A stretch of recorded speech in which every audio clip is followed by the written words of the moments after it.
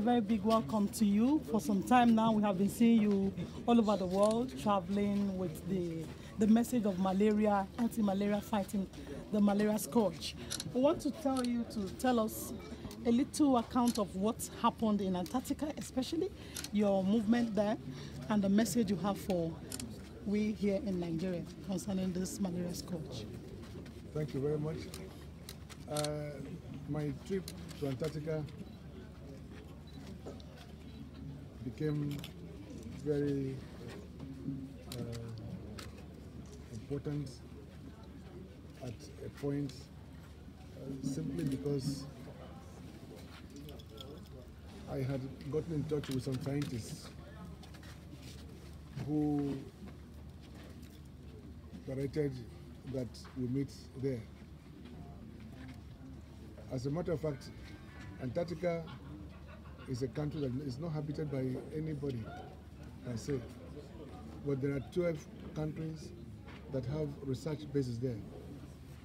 12 countries from America to UK to Russia to Germany, South Africa from Africa. 12 of them. 12 of them are the signatories to the 1971 treaty on Antarctica that has made it as a research base for those countries. So there's a lot happening there. A lot of research work happening there. The total number of scientists put together is about 5,000. 5,000. There's no Nigerian there, I can tell you that. We should be there. We should ratify the treaty and take our position amongst the countries that are leading the world in the next century. But we are behind. But my concern primarily has to do with vaccine for malaria. Malaria is the biggest killer in Africa. Almost 500,000 people lose their lives every year, annually, according to WHO statistics. In fact, it kills more than all the other ailments put together. So you begin to wonder, why is it that governments across board, individuals, groups, have never considered it important to look for a solution, a permanent solution. Not something that is like most people talk about tents or nets, having nets or having some drugs. Look, the drugs that most of us take for malaria are also not efficacious. Well, they might be effective temporarily, but they cause more permanent harm to the body organs more than anything else. I myself, I suffer from malaria practically every month. So I know the effect of it. I know many people that don't go to work every day or every month because of malaria. So we lose a lot of lives, we lose a lot of man hours. It is something that is a problem for Africa. Okay, so with this Africa must find a solution. It's not a white man's problem, as you know. I'm sure if it were a problem in UK or America, by now they would have found a result. They would have found a vaccine. But what's happening is that most of the drug manufacturers are either UK or America also, so they are protecting their industry as well. They pump us with all the drugs that causes damages, as I said, long term. Okay, so with this your movement to Antarctica, as an African trying to pave way for Nigeria, is there hope for Nigeria with this movement and what you have just gone? If there's no hope, I won't be doing it. Okay. I don't waste my time. All right, sir. How enormous is the task ahead in terms of financial implication? Every task is enormous, but what is enormous to me might not be to Nigeria as a country or some other individuals. What is enormous to you might not be to me, but it's something that we can handle. I'm doing what I'm doing now, but I'm sure that with time, some others will join in the crusade. Okay, just a quick one, sir. Sorry. You said something at the beginning of your interview that Antarctica is not actually inhabited by persons. So the question we want to ask is, how feasible is the specimen they are using to run this test to be able to see if they can get a vaccine? Given the fact that every specimen that you want to use to run to get a vaccine must be something that has life. And then the duration, that's the lifespan of those places, is also something to put into consideration. So how do you reconcile these two things? Researches are done there. It doesn't mean that the test must be done there. The problem is not Antarctica. The problem is in Africa, it's in some parts of Asia, it's some parts of South America.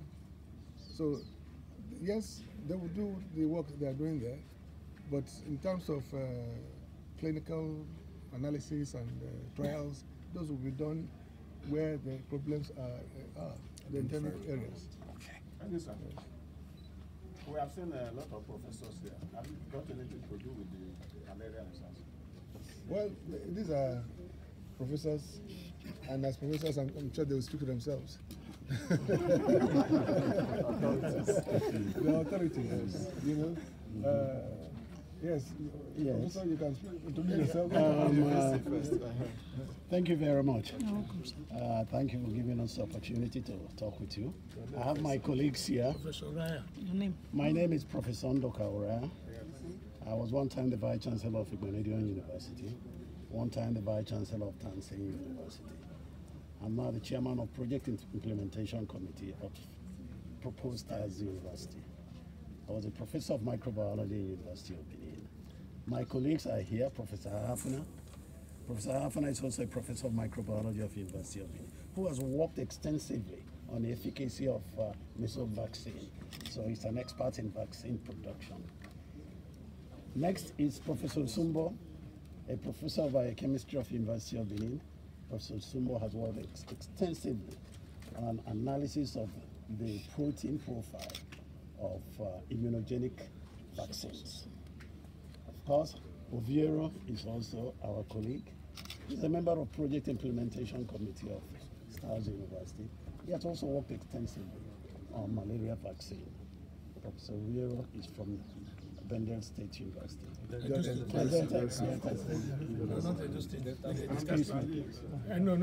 Next to me again is Professor Ofori. Professor Ofori is an expert in immunogenicity about vaccines production. He tests the immunity of someone in response to any vaccine. He's a professor of microbiology at the University of Benin. So we have assembled here by the invitation of the proprietor and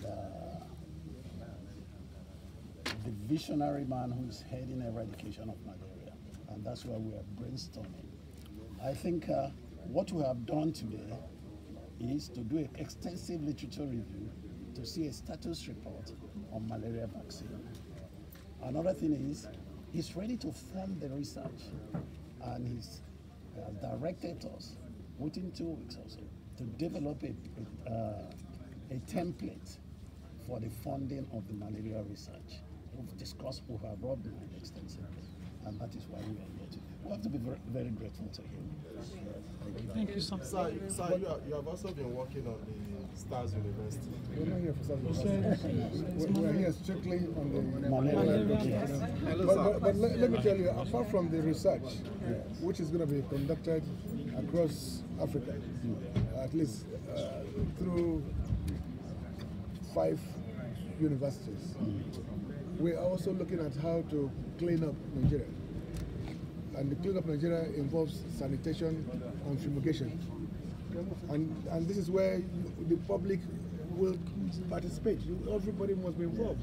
You might not be involved in the researches to be done in the laboratories, to be specially funded, but when it comes to clean up Nigeria, you know how malaria, how mosquitoes multiply. You know how they grow from dirty environment.